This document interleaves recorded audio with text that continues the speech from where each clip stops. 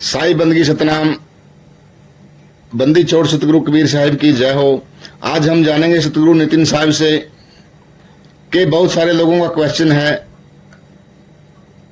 कि आत्मज्ञान होने के बाद क्या गुरु हमारे बुरे कर्म काट सकता है।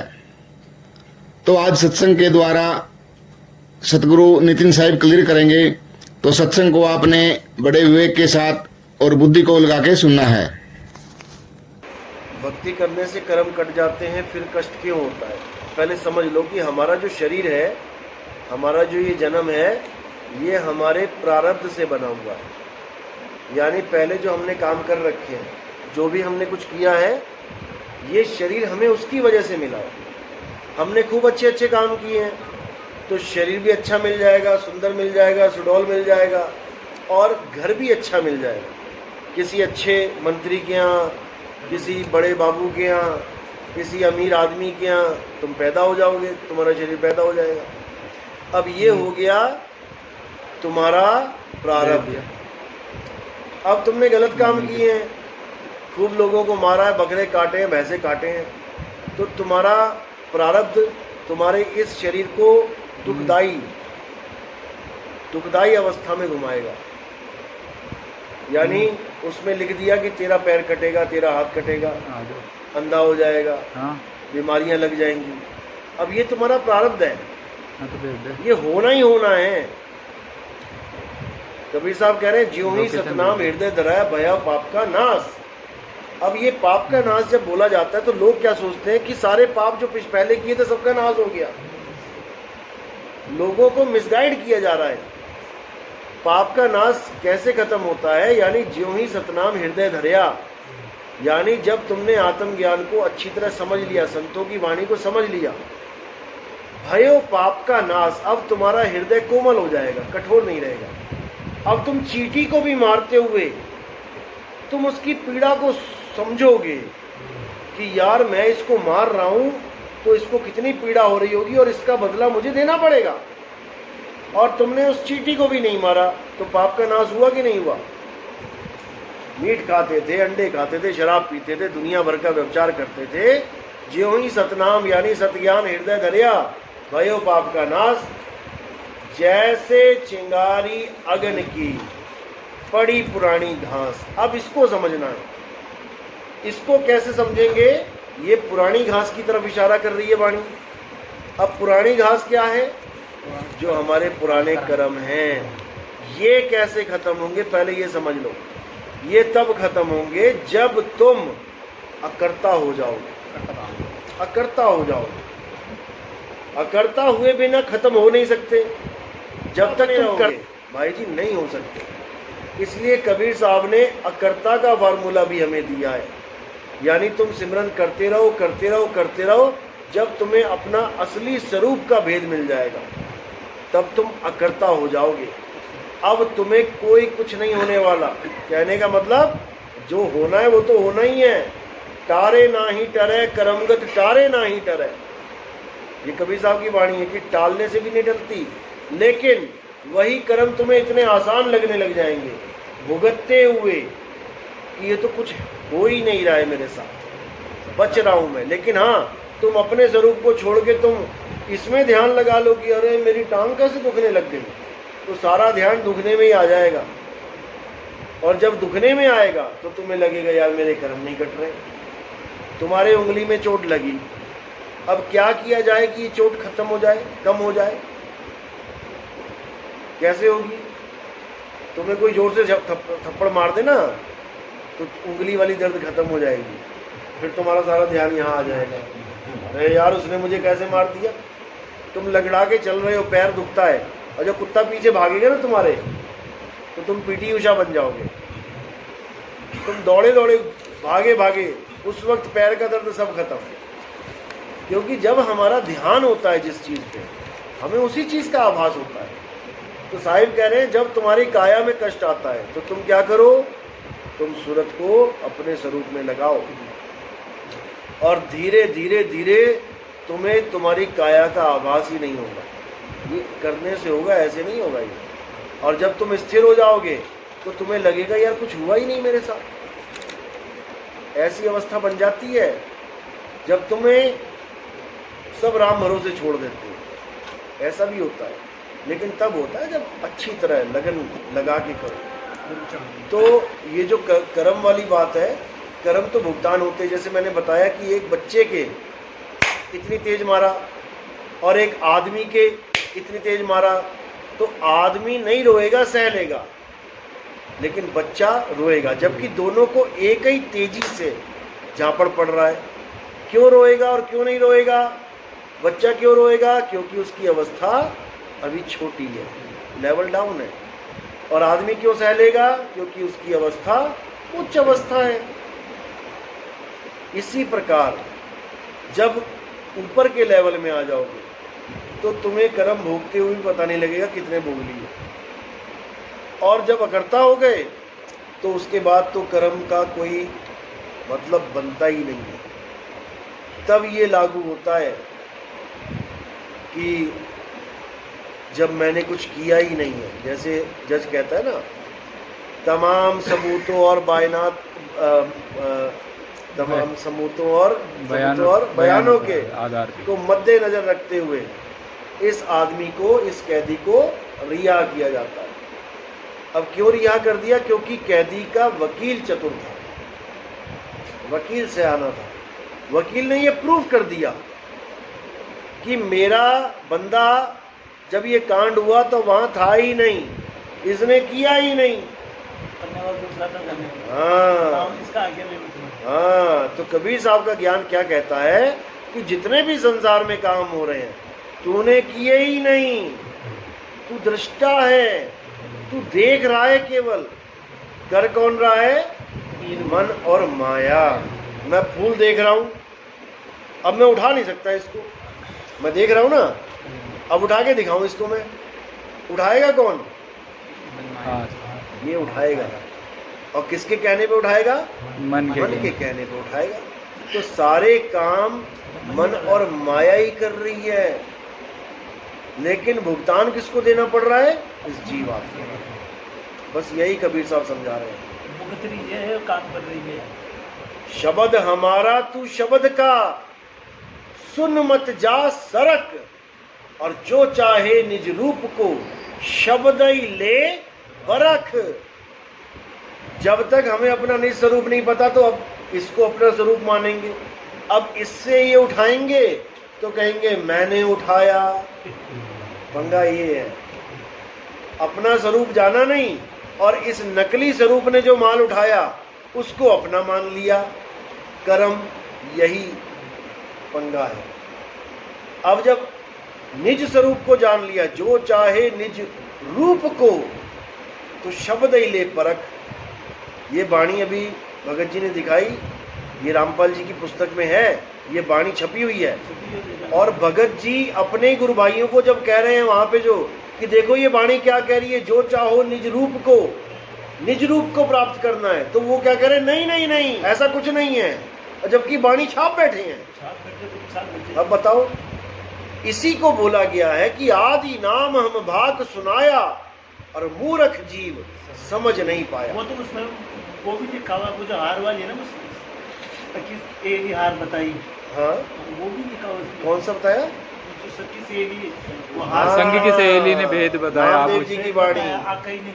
हाँ, सखी सहेली ने भेद बताया कि गले में हार पड़ा है और मैं गले में हार डाल के भूल गई गले में है और ढूंढ रही हूँ। अब मेरी सखी सहेली ने बताया कि जिसको तू ढूंढ रही है वो तो गले में पहन रखा है। तो कहते हैं ना कहीं गया ना आया, कि मुझे कहीं जाने की जरूरत ही नहीं पड़ी, जो वस्तु थी वो मुझे मिल गई। कई बार है इनमें मतलब मूलवाणी है, लेकिन ये पकड़। हाँ, इसी को बोला है ना कि आदि नाम हम भाग सुनाया, वाणी के द्वारा भाग के सुना दिया कि जो चाहो निज तत्व को। अब निज तत्व ही आदि नाम है, भाग के सुना भी दिया, वाणी में लिखवा भी दिया। अब लेकिन समझे कौन इसे? तो कह रहे आदि नाम हम भाग सुनाया और ये मूर्ख जीव समझ नहीं पाए। अब ये दिक्कत है इन लोगों के साथ। अब कोई समझाए तो बुरा बन जाए, इसलिए ठीक है जहां लगे लगे रहने दो। हाँ जी, और कोई सवाल? हाँ साहब, एक सवाल और है। इसमें लिखा है कि गुरु पारस को अंतरो जानत संत सुजान, वो लोहा कंचन करे गुरु कर ले, और इसी में ये भी आया कि भाई बिना गुरु के परमात्मा मिल जाता है।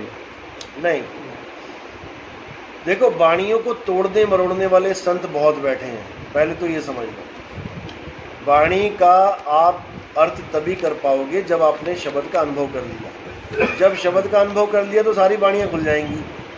फिर आपको ये समझ में आ जाएगा कि सदगुरु और सतगुरु इनमें भेद क्या है, गुरु में यानी देही गुरु में और शब्द गुरु में भेद क्या है। तो वाणी क्या कह रही है?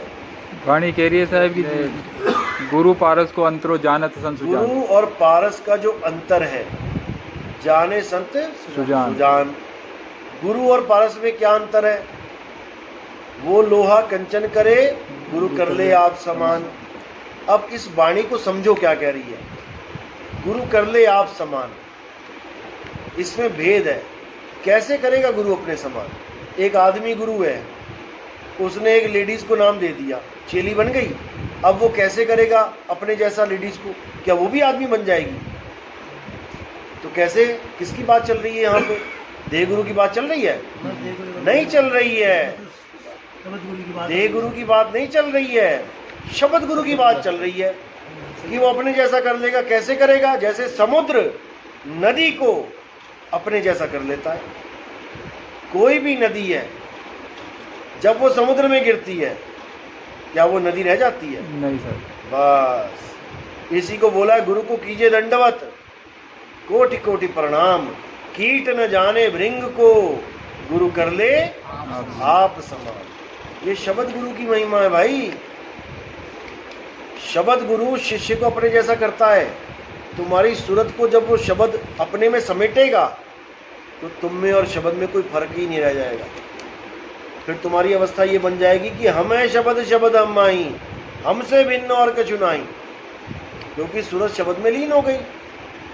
अब दोनों एक रूप हो गए, वहाँ पर द्वैत नहीं रहेगा कि तुम कहोगे कि परमात्मा सिंहासन पे बैठा हो, मैं जाके चवर करूं।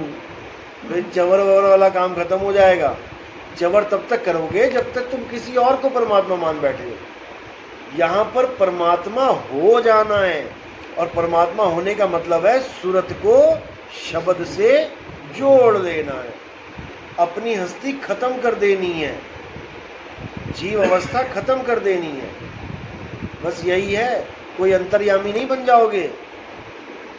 नदी सारे शहरों को छोड़ के समुद्र में मिल रही है तो सारे शहरों का काम खत्म।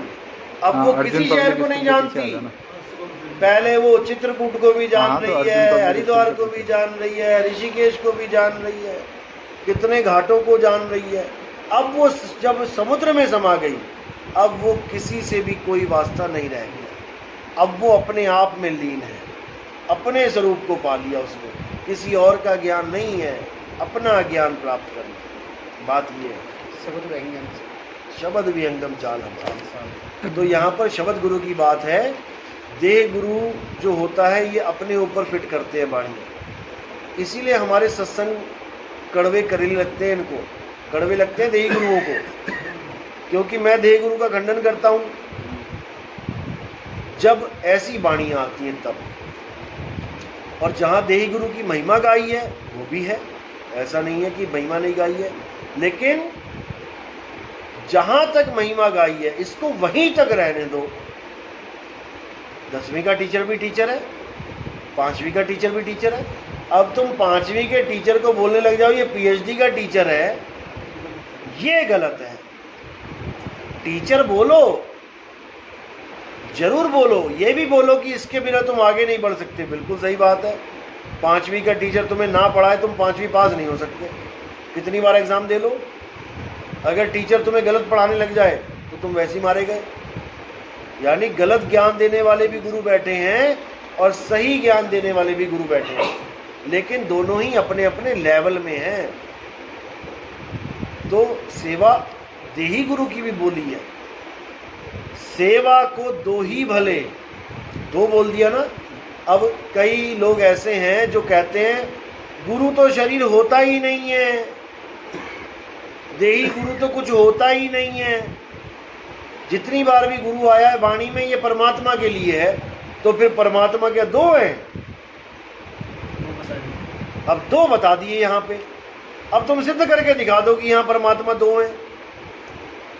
नहीं सिद्ध कर सकते, क्योंकि बिना गुरु के ज्ञान नहीं मिल सकता। आज जितना ये फालतू बातें करते हैं जो लोग गुरुओं के खिलाफ, अरे ये वही लोग हैं जो गुरुओं के पास धक्के खा रहे थे, जो थोड़ा थोड़ा थोड़ा इधर से थोड़ा उधर से लेके आज खुद ही गुरु बने बैठे हैं और खुद ही कह रहे हैं गुरु की जरूरत नहीं है। तुम क्यों बैठे हो? तुम क्यों ज्ञान दे रहे हो? जब गुरु की जरूरत नहीं है तो अपने आप ही ज्ञान हो जाएगा सबको, जैसे तुम्हें हो गया बिना गुरु के। तब क्यों लोगों को फोन कर रहे हो कि आओ हमसे नाम ले लो, हमसे ज्ञान समझ लो? अब जैसे तुम्हें हुआ वैसे सबको हो जाएगा। प्रकृति सबके लिए एक है। सूर्य उगा तुम्हारे लिए भी उगा, पड़ोसी के लिए भी उगा, सबके लिए उग गया। फिर तुम्हारी क्या जरूरत है हमें? भेदभाव तो वो कर रहे हैं। तो फिर तो ये सब मूर्खता है। बिना गुरु के ज्ञान नहीं होता। सेवा को दो ही भले, एक संत एक राम। राम है दाता मुक्ति का, संत जपावे नाम। लेवल बता दिए ना। अब इस वाणी के साथ कोई छेड़छाड़ करे कि जी गुरुजी मुक्त करते हैं, तो ये गलत है। तुमने वाणी को गलत सिद्ध करने की कोशिश करी है, ये बोल के कि देही गुरु मुक्ति देता है। बिल्कुल गलत है। लेकिन हाँ, देही गुरु साइन जरूर करता है मुक्ति के कागज पे, वो करेगा। जैसे LIC का मालिक है, तुम्हें पता भी नहीं होगा वो किसकी कंपनी है, तुम कभी उससे मिले भी नहीं होगे, लेकिन जो LIC का बंदा तुम्हारे घर आया है और जिसने पॉलिसी पे साइन कर दिया है, तुम्हारे भी साइन हो गए और उसके भी साइन हो गए। वो मैच्योर तब होगी, तुम जब पैसे लेने जाओगे, तुम्हारे साइन भले हों और उस बंदे के साइन नहीं हो जो LIC का बंदा है, तुम्हें पैसे मिलने वाले नहीं। तुम्हारे घर में मौत भी हो गई तब भी पैसे नहीं मिलेंगे अगर उसने साइन नहीं किया।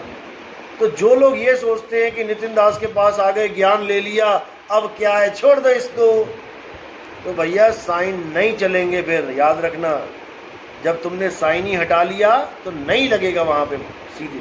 या तो हमारे में कोई गलती है, जब किसी में कोई गलती है तो उसको छोड़ सकते हो, कबीर साहब। अब गुरु उसको निकाल दे। अब जब उसको निकाल दिया तो वो बड़बड़ाने लग जाए, गुरु को गालियां देने लग जाए और सोचो ज्ञान तो मुझे मिल ही गया है। वो सोचे ज्ञान तो मुझे मिल ही गया है, वो ज्ञान किसी काम का नहीं। क्योंकि ये सच है कि अंत समय में तुमसे तुम्हारे गुरु का नाम पूछा जाएगा, कोई पूछने नहीं आएगा। ये तुम्हारे अंदर फीड है, तुम्हारे अंदर फीड है। आज भी मुसलमान जितने भी मृत्यु को प्राप्त होते हैं, सबको पता है कि हमसे कब्र में ये सवाल पूछे जाएंगे कि आखिरी नबी कौन, किसको फॉलो करता है। और जो ये बोलेगा कि मैं मोहम्मद साहब को फॉलो करता हूँ, केवल उसी को स्वर्ग जन्नत मिलेगी। जो इस सवाल का जवाब नहीं दे पाएगा कि तेरा गुरु कौन है, उसको जन्नत नहीं मिलेगी, भले सारी उम्र तुमने अच्छे काम किए हैं, ये उसमें लिखा हुआ है। तो वही चीज यहां पर भी है। अगर तुम गुरु को धोखा दे रहे हो बिना किसी कारण के, तो तुम रिजेक्टेड माल हो। भूल जाना कि ये ज्ञान तुम्हारे किसी काम आएगा। हाँ, तुम्हें कोई ऐसी दुविधा होगी, गुरुजी में कुछ दिक्कत आ रही है, तो तुम उनसे बात शेयर करो कि गुरुजी ये चीज मुझे आपकी समझ में नहीं आ रही। गुरु उसको क्लियर करेगा। अगर क्लियर ना कर पाए तो गुरु को भी फर्ज बनता है कि वो अपने आप को बदले, क्योंकि सिद्धांत गुरु और चेले दोनों के लिए एक है। ऐसा नहीं है कि गुरु का सिद्धांत कुछ और चेले का सिद्धांत कुछ और है, ऐसा बिल्कुल नहीं है। तो हमारे पंथ में आने वाले जो भगत हैं, नए नए भगत जो आ रहे हैं, जो पुरानी पंथों में पता नहीं क्या क्या करके आ रहे हैं, तो उन लोगों को मैं यही कहना चाहूँगा कि पहले सिद्धांत समझ लो हमारा, कहीं बाद में तुम भी गालियाँ देते फिरो मुझे, क्योंकि मैं गलत सिद्धांत चलने नहीं दूंगा यहाँ पे। सिद्धांत हमारा यही है कि शब्द गुरु और सुरभ धुन चेला, इसके अलावा और कुछ नहीं है। और गुरु जो देही गुरु है वो ज्ञान दे रहा है, उसके ज्ञान को समझो और भक्ति करो। गुरुवाई करने के लिए नहीं आना है यहाँ पे कि तुम सोचो कि मैं गुरुवाई करूँगा। यहाँ पे तुम्हारे जैसे गुरुओं की जरूरत नहीं है। यहाँ पे यहाँ जो ज्ञान खोला जा रहा है ये अनंत है, इसमें तुम ना तो कुछ जोड़ सकते हो ना कुछ घटा सकते हो। केवल सुनो, समझो और मुक्ति प्राप्त करो। इसमें कोई एडिशन नहीं होना है और कि कुछ कमी रह गई जी एक और गुरु आएगा, ऐसा नहीं है। मूल ज्ञान जितना था खोला जा चुका है और जो बचा हुआ है अभी, जो गुप्त भेद और भी हैं, वो भी खोल दिए जाएंगे। हालांकि नहीं भी खोले जाएं तब भी आपकी मुक्ति होगी, जितना आपको ज्ञान मिल चुका पर्याप्त है। आगे का ज्ञान जो है वो उनके लिए है जो नए नए आ रहे हैं हमारा सत्संग उठ के। हमारा सत्संग सुन के नए नए उठ के आ रहे हैं यूट्यूब पे, कुछ ना कुछ बीच में तड़का लगा रहे हैं, ज्ञान हमारा ही बोल रहे हैं, एक भी लाइन हमसे अलग नहीं बोल रहे, लेकिन अलग शो कर रहे हैं कि हम उससे अलग हैं, कुछ ना कुछ तड़का लगाने के लिए, अलग से दिखाने के लिए, ताकि लोग सोचे कि नहीं इसके पास कुछ और है, जबकि होगा क्या, वही बासी माल। क्योंकि आत्मा के अलावा सब बासी माल ही है, सीधी सी बात है। आत्म ज्ञान एक है, एक था, एक रहेगा, इसमें एडिशन नहीं है कि तुम इसमें कुछ और डाल दोगे आके, तुम इसमें कुछ और मिलाओगे तो तुम सिद्धांत के विरुद्ध हो गए, तुम्हें 84 में जाना पड़ेगा। सिद्धांत से कह रहे हैं एक डाल दो, पंछी बैठे, एक गुरु एक चेला, गुरु की करनी गुरु भरेगा, चेले की करनी चेला। गुरु ने तुम्हारे हाथ में लठ पकड़ा दिए, तुम्हें पुलिस वालों के सामने खड़ा कर दिया, मारो, अब क्या करोगे? मारोगे? मारोगे? नहीं मारेंगे, नहीं मारेंगे। वहां क्या करना चाहिए? गुरु को छोड़ देना चाहिए। लेकिन क्या नहीं छोड़ना चाहिए? ज्ञान, ज्ञान नहीं छोड़ना चाहिए। गुरु को छोड़ दिया, छोड़ दिया क्यों? क्योंकि गुरु की करनी गुरु भुगतेगा। हम क्यों भुगते? ये करनी का मामला है, ज्ञान का मामला नहीं है। ज्ञान तो दोनों को एक ही दिया था कि लठ मत पकड़ना। ज्ञान तो परमात्मा ने दोनों को एक दिया था, चेले को भी गुरु को भी, कि लठ मत पकड़ना। लेकिन गुरु ने भी पकड़ दिया और तुम्हें भी पकड़ा रहा है, उस गुरु को छोड़ देना चाहिए, लेकिन ज्ञान को नहीं छोड़ना चाहिए। लेकिन अब गुरु का कोई कसूर नहीं है और तुम चालबाजी करो, तुम शातिराना हरकतें करो। गुरु ने तुम्हें मना किया कि ये काम मत कर भाई, हमारे पंथ में ये अलाउड नहीं है, और तुम कह रहे हो नहीं, ये मुझसे ऐसा नहीं हो सकता, मैं नहीं रोक पा रहा हूं अपने आप को। गुरु ने 2-4 चांस भी दिए कि रुक जा रुक जा रुक जा, नहीं मान रहा है। अब क्या करेंगे? हटके कोई भी बोलता है वो 84 में जाएगा। अब कई लोग कहते हैं कि नितिन दास तो अपने चेलों को डांटता बहुत है, इतना डांटता है, इतना। अरे भैया, तुम उस स्कूल में पढ़े होगे जहां पर सब प्यार करने वाले टीचर होंगे। प्यार करते रहो, पढ़ोगे है नहीं, मारेगा वो है नहीं, होते रहो फेल, टीचर को कोई फर्क नहीं पड़ता। लेकिन भैया हमारे यहाँ तो डंडे पड़ते थे और बच्चे बढ़िया बढ़िया नंबर लेके आते थे, सारा होमवर्क घर से करके लेके आते थे। जो टीचर डांटता नहीं है उसका डर भी नहीं होता है। जो टीचर डांटता नहीं है उसका काम केवल वो लोग करते हैं जो टीचर से प्यार करते हैं, जिनको पता है इस टीचर के आंखों में हमने तारा बनना है, वो तो काम करते हैं। और जो निकम्मे होते हैं वो क्या कहते हैं? अरे ये कौन सा मारता है, मजाक उड़ाते हैं पीछे की बेंच पे बैठ के। अरे क्या करेगा, हंस के टाल देगा, छोड़ क्या काम करना। तो वो लोग फेल हो जाते हैं। लेकिन मैं अपने बच्चों को फेल नहीं होने देता, मैं तो डंडे मारूंगा। अगर खा सकते हो या तो काम पूरा करके आओ, तब तो एक भी नहीं पड़ेगी। याद रखना, डंडे मारने वाला भी उन्हीं को मारता है जो काम नहीं करते हैं, वो सबको नहीं मारता है। ये हमारे डंडे उनके लगते हैं जो काम नहीं कर रहे हैं। और जो बिल्कुल परफेक्ट बंदे हैं उनको खुशी होती है कि गुरुजी ने बहुत बढ़िया क्लास लगाई, और जिनकी लग रही होती है वो आग बबूला हो रहे होते हैं कि यार मुझे ही निचोड़ दिया इन्होंने तो। क्योंकि वो जान रहे हैं कि कहाँ पे बात जा रही है, और वो ये भी जान रहे हैं कि सबको पता भी है कहाँ पे बात जा रही है।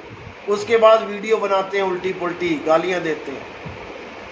तो ये उन लोगों का काम है जो सिद्धांत के विरुद्ध चलते हैं, जो इस पंथ के लायक नहीं है, जिनको हमने निकाल दिया है। उदाहरण क्या देते हैं कि माँ का लड़का कितना ही बुरा क्यों ना हो, माँ उसे निकाल थोड़ी नहीं देती है। अरे भाई, तुम गलत पंथ में घुस गए हो, तुम्हें अभी पता नहीं है कि क्या है ये पंथ। और यहाँ बैठा कौन है? जब जज बैठता है और उसके सामने उसका लड़का दोषी हो, 4 कत्ल करके आ गया कोई जज का लड़का, और जज के सामने बैठ जाए वकील लेके उसके लड़के को, इसको माफ कर दो जी, आपका लड़का है, तो जज कर देगा क्या? नहीं करेगा। नहीं करेगा। तो इस गलत फहमी में मत रहना कि नितिन दास को माँ बना के तुम बच्चे कुछ भी करते रहो कि माँ तो सबसे प्यारी करेगी। माँ झापड़ भी मारती है, माँ गिरा गिरा के मारती भी है। नहीं पता तो YouTube देख लेना, बच्चे की पिटाई इतना लिख देना, ऐसी ऐसी मार मारती है माँ की बच्चा रो रो के कहता है तू मेरी माँ ही नहीं है। सही है। ऐसा भी है, देख लेना, नहीं तो मैंने तो देखी हुई है, भेज दूंगा मैं 2-4। सही है सर। तो जो सिद्धांत पे टिकेगा उसको नितिन दास सिर पे बैठा के रखेगा, और जो सिद्धांत पे नहीं टिकेगा उसके फिर वही हाल होगा जो हो रहा है, उसको यहाँ से कान पकड़ के ही बाहर निकाला जाएगा। और ये एक के लिए नहीं है, और ये कोई नयों के लिए नहीं है, ये पुरानों के लिए भी है। चाहे वो मेरा पहला ही चेला क्यों ना हो, जो सिद्धांत पे खरा नहीं टिकेगा उसको कान पकड़ के बाहर निकाल दिया जाएगा। इस पंथ में टिकना है, सिद्धांत पे टिको, क्योंकि ये पंथ मेरा और तेरा नहीं है, ये पंथ सिद्धांतिक पंथ है। और सिद्धांत किसका है? बंदी छोड़ कबीर साहब का सिद्धांत है। और ये मत सोचना कि कबीर साहब ने किसी को नहीं निकाला, अपने ही सबसे प्रिय शिष्य धर्मदास जी के सबसे प्यारे इकलौते लड़के को, नारायण दास को, उसके घर से निकलवा दिया कि धर्मदास इस लड़के को घर से बाहर निकाल। जब ये सुना तो धर्मदास बेहोश हो गया, लेकिन कबीर साहब का वचन नहीं पलटा, उसने भी अपने ही लड़के को काल का दूत कह के निकाल दिया। तो जब वो अपने सगे लड़के को निकाल रहा है सिद्धांत के दम पे, तो तुम कौन सा मेरे सगे लड़के हो भाई? तुम तो मेरे सगे भी नहीं हो। हाँ, जो मेरा तुम्हारा रिश्ता है वो सगे से भी ज्यादा अटूट रिश्ता है, लेकिन वो तब है जब सिद्धांत पे चलो, तो नहीं तो कोई रिश्ता नहीं है भैया, फिर तो धर्मदास वाला और नारायण दास वाला ही रहेगा। और ऐसा भी नहीं है कि केवल उसी के लड़के को निकाला, कमाल जो कबीर साहब का ही लड़का कहला रहा है उसको नहीं निकाला क्या? जो कबीर साहब का ही लड़का कहला रहा है उसको नहीं निकाला क्या? निकाला था, उसको भी निकाला, जब सिद्धांत पे नहीं चला। इसलिए सिद्धांत पे चलोगे तो बहुत अच्छी बात है, बहुत प्रेम मिलेगा, इतना प्रेम मिलेगा संभाल नहीं पाओगे। और सिद्धांत से हटके बात चल करोगे तो फिर क्रोध भी मिलेगा। और ये क्रोध कोई दुनियावी क्रोध नहीं है कि नितिन दास तो क्रोधी है। नितिन दास क्रोधी उसके लिए है जो सिद्धांत पे नहीं चलता, और ये क्रोध उसके भले के लिए है, उसके बुरे के लिए नहीं है। मास्टर के डंडे तुम्हारे भले के लिए हैं। अच्छे नंबर आ जाएंगे तो बुरा हो जाएगा क्या? उसके डर के मारे पढ़ने लग जाओगे, याद करने लग जाओगे, बुरा हो जाएगा क्या? लेकिन अगर तुम केवल डंडे देखोगे तो तुम्हें बुरा लगेगा, लेकिन जब तुम उसका फल देखोगे, रिजल्ट देखोगे, तो तुम्हें अच्छा लगेगा। तुम 84 में जा रहे हो सिद्धांत तोड़ के, मुझे बुरा लग रहा है क्योंकि मेरा चेला 84 में जा रहा है, मैं तो डंडे मार के वापस लेके आऊंगा उसे। अब वो मेरे डंडे देखेगा तो वो वापस नहीं आ सकता। वो कारण देखे डंडे क्यों पड़ रहे हैं, उस कारण को सही कर ले। आज भी गले से लगाऊंगा मैं, आप यकीन नहीं करोगे, जो मुझसे माफी मांगता है मैं उसको माफ कर देता हूं। रामपाल जी के कितने चेले हैं, स्क्रीनशॉट भेजता रहता हूं मैं, जो कहते हैं हमने 2-2 साल 3-3 साल आपको गालियां निकाली हैं YouTube चैनल के माध्यम से, लेकिन आपका सत्संग सुनते भी रहे कि इसमें कमियां ढूंढूं, और कमियां ढूंढते ढूंढते ढूंढते अपनी ही कमी दिखाई देने लग गई। उसके बाद बदल गए, मैंने गले से लगाया, क्योंकि अज्ञानता में कोई गाली देता है ज्ञानी पुरुष कभी गाली नहीं देता। अगर कोई किसी को गाली दे रहा है तो याद रखना कि वो अज्ञानता में दे रहा है, कारण कुछ और है जो वो समझ नहीं पा रहा। अब कारण समझ आए तो सारी गालियां खत्म, बात इतनी सी है। कोई हमारा कोई प्रॉपर्टी का झगड़ा थोड़ी नहीं है कि तुम मेरी प्रॉपर्टी लेके बैठ गए या मैं तुम्हारी प्रॉपर्टी की, सिद्धांत का झगड़ा है। अगर कोई पंथ में गड़बड़ करेगा तो भैया वो सुनेगा, मत करो गड़बड़। कौन कह रहा है गड़बड़ करो? सारे बैठे हैं भक्ति कर रहे हैं, वैसे तुम भी हो जाओ। तुम खुद को स्पेशल दिखाने के लिए कोई बीच में खुरपैच करोगे, कोई साम दाम दंड भेद लगाओगे कि मैं किसी की आत्मा हूँ, मेरे पुराने इतने जन्म थे, मैं फलाना था, मैं ढिकाना था, ये तो भैया सिद्धांत के खिलाफ है। असलियत ये है कि तू कोई था ही नहीं, वो तो चोले थे, तू एक जीव आत्मा है और सबको राजा महाराजा बनाया गया है, सबको भिखारी बनाया गया है, सबको 84 में डाला गया है। कौन से चोले की महानता गा रहे हो भाई कि मैं पुराने जन्म में फलाना था? अरे जन्म गया, बात गई, रात गई। ये क्यों नहीं बोल रहा मैं पिछले जन्म में कुत्ता था, गली गली में मुंह मारता था, नाली में पानी पीता था? ये क्यों नहीं कह रहा मैं सुअर था, लोग गू करते थे, मैं खा जाता था? ये क्यों नहीं बोल रहा है?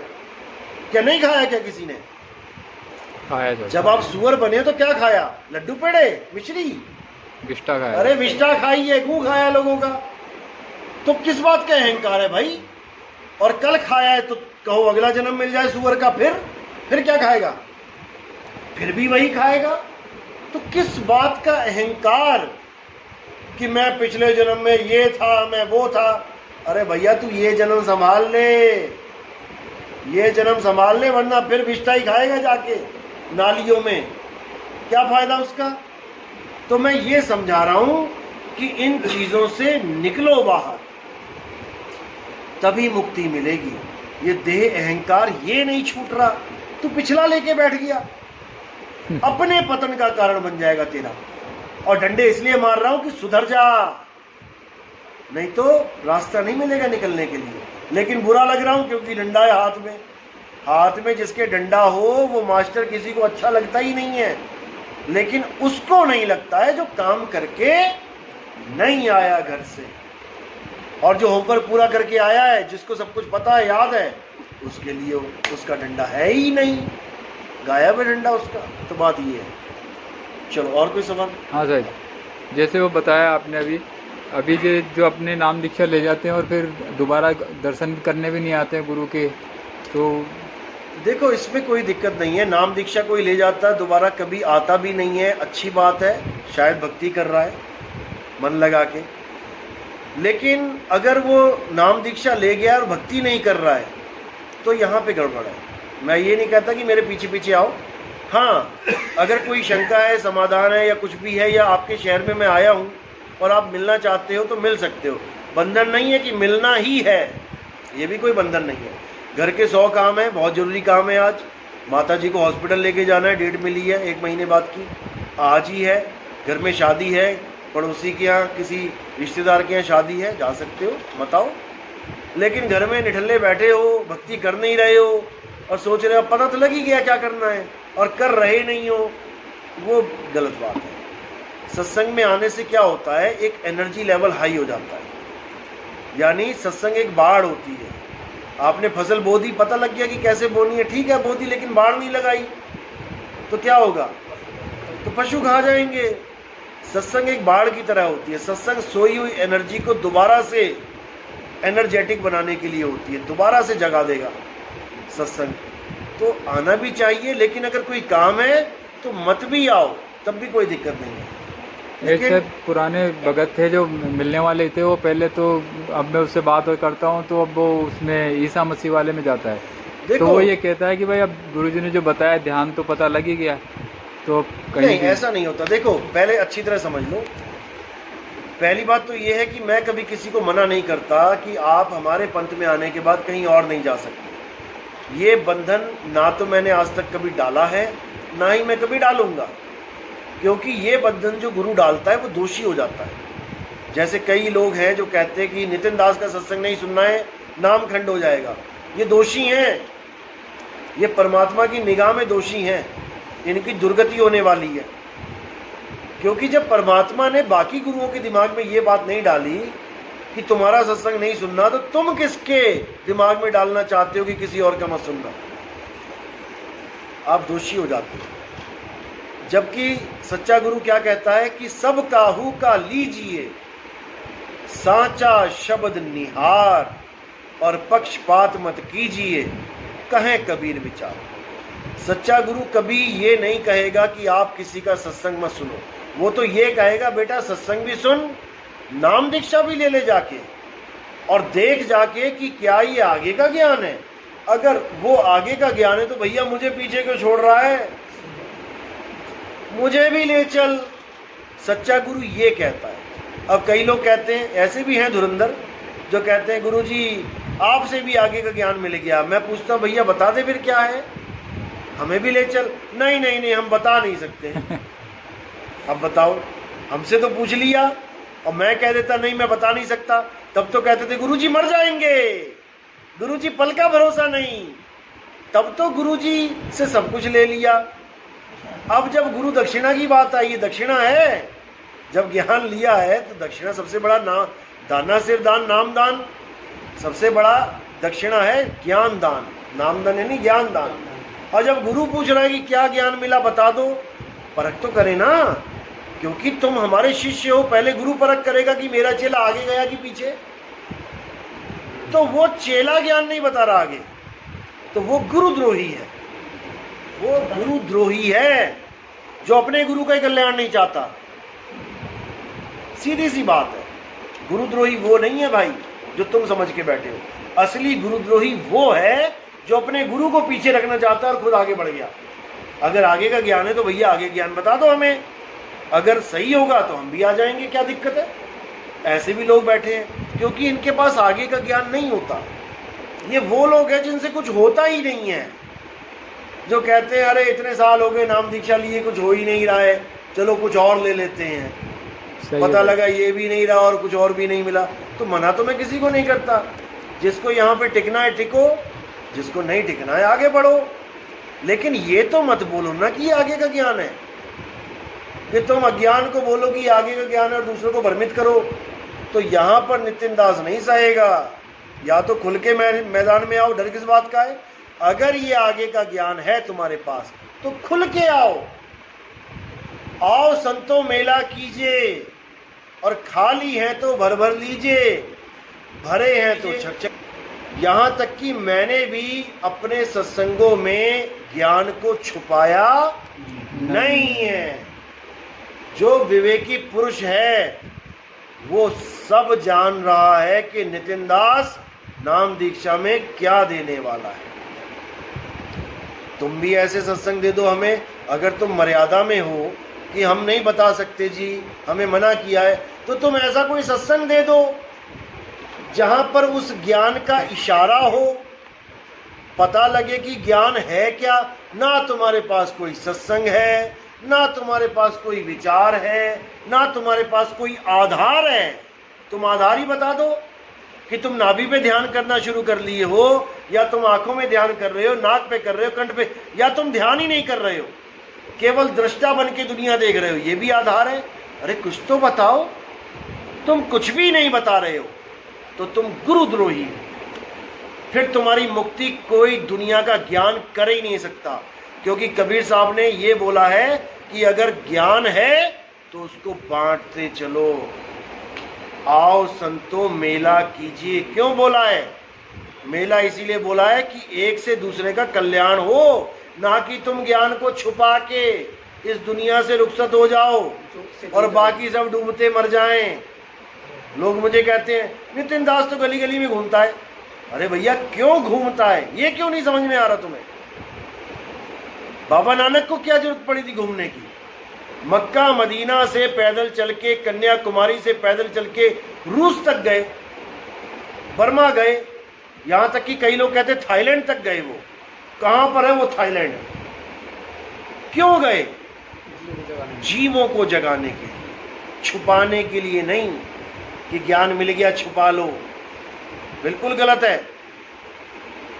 तो वही काम आज हो रहा है। ये बातें भी वो करते हैं जो हिल नहीं सकते, जो कहीं जा नहीं सकते, जो आज तक कभी गए ही नहीं, वो कहते हैं अरे हीरा पायो गांठ गठायो। अरे वो अवस्था, वो वाणी कुछ और है। हीरा पायो गांठ गठायो वाणी किसके लिए बोली है? जो लोग तुम्हारे साथ भेद की बहस करते हैं उनके लिए बोला। तू हीरा पा लिया, गांठ गठा लिया, अब घड़ी घड़ी वाकू क्यों खोले? जब सामने वाला समझ ही नहीं रहा है तो तू क्यों बार बार उसको खोल रहा है? जब वो कदर ही नहीं डाल रहा तेरे हीरे की तो तू क्यों खोल रहा है? उसके लिए बोला है। ये नहीं बोला कि तुम्हें प्राप्ति हो जाए तो तुम शांत होके बैठ जाओ। फिर क्या फायदा हुआ उसका? उसका फायदा क्या हुआ ये बताओ? फिर तो सारे संत शांत होके बैठ जाओ और फिर तुम्हारा कल्याण कैसे होगा? है? कैसे होगा? फिर तो सारे ही बैठ जाओ चुप होके, फिर तो सत्संग करना ही छोड़ दो। यहां पर कोई नहीं बोलेगा कुछ भी, क्योंकि ये वो लोग हैं जो जलते हैं, जो ये जलते हैं कि आज तक काम किसी संत ने नहीं किया, जो गांव गांव गली गली में जाके डंका बजा रहा है। नहीं तो दिखा दो किसी संत का जो कन्याकुमारी से लेके टहल रहा हो हर शहर में, दिखाओ जरा उनके प्रचार प्रसार। सब एसी में बैठे हैं, बढ़िया बढ़िया खाना खा के डकार मार के सो जाते हैं, और दुनिया आती है लाखों के हिसाब से। क्यों? गुर्गे पाल रखे हैं, गांव गांव शहर शहर में साधु महात्मा छोड़ रखे हैं, खुद भी पैसा लेते हैं, महाराज जी को भी पहुंचाते हैं। तो भैया ये काम हमारा नहीं है, हम यहाँ पैसे इकट्ठे करने नहीं आए। हाँ, तुम्हारी मेहनत की कमाई सही जगह लगाने आए हैं, क्योंकि सेवा 3 प्रकार से होती है, तन मन धन। अगर धन की सेवा से किसी को कोई प्रॉब्लम है कि नितिन दास पैसे लेता है, तो ये तन मन धन वाली जितनी भी वाणियां हैं उसमें धन का नाम काट दो, काट के दिखाओ। तन मन धन सब अर्पण कीना, ये लाइन ही काट दो, क्योंकि तुम तो सेवा के विरुद्ध बोल रहे हो। भैया धन की सेवा भी होती है और उसको सही जगह लगाया जाता है। धन का मतलब ये नहीं कि 4 5 10 लोग जुड़ गए, अब देखा कि लोग जुड़ने लग गए, अब महाराज जी ने डिमांड कर दी बहुत जल्दी आश्रम बनने वाला है, अपना अपना योगदान डालें। क्यों डालें? आज तक तुम्हें आश्रम की जरूरत नहीं थी, जब तक चेले नहीं थे तब तक तुम झोपड़ी में ही खुश थे। आज चेले 15-20 बन गए, अब तुम्हें आश्रम की जरूरत पड़ रही है, हैं? तो तुम्हारा तो खुद ही मन का विस्तार फैल रहा है। अब तुम्हें झोपड़ी छोटी लगने लग गई। रविदास जी महाराज के भी चेले थे, राजा पीपा जैसे, वो भी झोपड़ी में बैठे थे। रानी मीराबाई हीरा रख गई, महाराज जी योगदान देने आई हूँ, महाराज जी आश्रम बढ़िया बना लेना। बना लिया क्या? नहीं बनाया। तो जब रविदास जी को जरूरत नहीं पड़ी, तुम क्या उससे बड़े गुरु हो? तुम क्यों महल बना रहे हो भाई? और आम नहीं बनाएंगे, फिर उसमें टाइलें लगवाएंगे बढ़िया बढ़िया, 1 नंबर की टाइलें, उसके बाद संगमरमर लगवाएंगे, उसके बाद एसी भी लगवाएंगे, और उसके बाद आराम से तान के बैठेंगे कि देखो कितने लोगों को बेवकूफ़ बना दिया, कितने लोगों को बेवकूफ़ बना के वो ऐशो आराम ले लिया जो अपनी मेहनत से सारी उम्र ना ले पाया। अपनी मेहनत से जो आज तक कमाया वो बताओ कहाँ है? उससे क्यों नहीं बनाया आश्रम? क्या पूरी मेहनत, पूरे साल, पूरी उम्र तुम 20 लाख रुपए भी ना कमा पाए? तुम 20 लाख का मकान ना बना पाए? झोपड़ी में रहता रहा है सारी उम्र, और आज झोपड़ी इसको बदबूदार लग रही है, नाले के किनारे है, आज तक नहीं लगी, क्योंकि माया का प्रवेश हो गया पंथ में। लेकिन हमारा ये खेल नहीं है। लोग कहते हैं नितिन दास ने कार ले ली। नितिन दास ने जब आंखें खोली तो कार में ही घूम रहा है, घर में 2-2 गाड़ियां खड़ी हैं, करोड़ों रुपए का मकान है, जमीन है, हमें कोई जरूरत नहीं है। कोई सोचे कि ये चलता फिरता आलतू फालतू बंदा है, जाके देख लेना। मेरे पापा गवर्नमेंट सर्विस में थे, बचपन से गाड़ियों में घूम रहे हैं, हमें क्या जरूरत है भैया? लेकिन संगत का पैसा सही जगह लगना चाहिए। ऐसा नहीं कि वो नहीं सेवा देते, वो भी सेवा देते हैं, लेकिन हम अपने घर की जमीन, क्योंकि मैंने तो छोड़ दिया ना वो सब, अब मेरी नहीं रही, अब मैंने छोड़ दिया, अब मेरी नहीं। हाँ, अगर वो कहेंगे कि बेटा ये सारी जितनी जमीन है ये तू सेवा में लगा दे, एक बार भी नहीं सोचूंगा मैं। एक बार भी नहीं सोचूंगा कि इसको सेवा में लगाने से, लेकिन अभी वो मेरी है नहीं तो मैं लगा नहीं सकता। बाबा नानक ने 20 रुपए का भोजन खिलाया, घर बेच के थोड़ी नहीं खिलाया। 20 रुपए का भोजन क्यों खिलाया? क्योंकि पिताजी ने 20 रुपए दे दिए। अब वो 20 रुपए किसके? नानक जी के, वो कहीं भी यूज करे। अब पिताजी का मकान थोड़ी नहीं नानक जी का है। सही है। अब वो कहे मैं तो पिताजी का मकान भी बेच दूंगा, मैं तो पिताजी की जमीन भी बेच दूंगा, वो संतों में लगा दूंगा, तो बहुत मार पड़ेगी। झापड़ पड़ा था नानक जी के, जब 20 रुपए संतों की सेवा में लगा दिए थे। उन्हीं के पिताजी ने, कालू मेहता जी ने उनके झापड़ लगाया था कि ये तूने क्या कर दिया। तो जो झापड़ मार रहा है केवल 20 रुपए के लिए, उस समय 20 रुपए बहुत होते थे, तो वो अपनी जमीन कब लगाएगा सेवा में? तो फिर, लेकिन धन्य है हमारे परिवार वाले, सेवा देते हैं।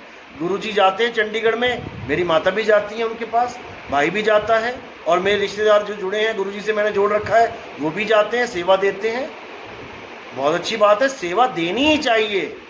धन की सेवा बहुत जरूरी है, क्योंकि संत आ रहे हैं, जा रहे हैं, कोई रिजर्वेशन हो रही है, कोई किराया भाड़ा लग रहा है, कहीं रिक्शा भी करना पड़ रहा है, सामान ज़्यादा है, कहीं ऑटो भी कर रहे हैं, टैक्सी भी करना पड़ता है। भैया कैसे करेंगे? अगर कोई आश्रम से निकला है तो भक्तों के लिए निकला है, खुद के घूमने के लिए थोड़ी नहीं निकला है। अब मैं कहीं जा रहा हूँ तो भैया गाड़ी में हर 10 किलोमीटर पे 1 लीटर पेट्रोल डल रहा है। मैं कोई टूर एंड ट्रैवल के लिए निकला हूँ क्या? जीवों के लिए निकले हैं। तो तुम्हारा ही पैसा गाड़ी में जाएगा और कहाँ जाएगा? अब मैं यहाँ तक आया, तुम अपने घर बुला रहे हो, अब फ्री में ही सारा काम हो गया तुम्हारा। गुरुजी को भी घर में बुला लिया, खाना पीना भी करवा दिया, तुम्हें किराया भाड़ा भी नहीं देना पड़ा टैक्सी का, नहीं तो कार में लेके आते किराया भाड़ा 1000 रुपये लग जाता फालतू का। तो वही सेवा में सब कुछ हो रहा है, क्या प्रॉब्लम है किसी को? प्रॉब्लम उसको है जो इन बातों को समझ नहीं पाता। जो चांद में दाग देखना चाहता है उसको दाग ही दिखाई देंगे, और जो चांद की खूबसूरती देखना चाहता है उसको वो खूबसूरत ही दिखाई देगा। है दोनों चीज उसमें, समझ रहे हो? है दोनों चीज, लेकिन आपकी दृष्टि पर डिपेंड करता है कि आप क्या देख रहे हो। बात ये है। तो जब हम दान लेते हैं किसी से, तो जो कुदृष्टि वाले होते हैं वो पैसे को देखते हैं, अरे पैसा देखो, फोटो मेरी भेजते हैं यूट्यूब पे, उसमें जहाँ पे दान दे रखा होता है लोगों ने वहाँ गोला बना देते हैं, ये देखो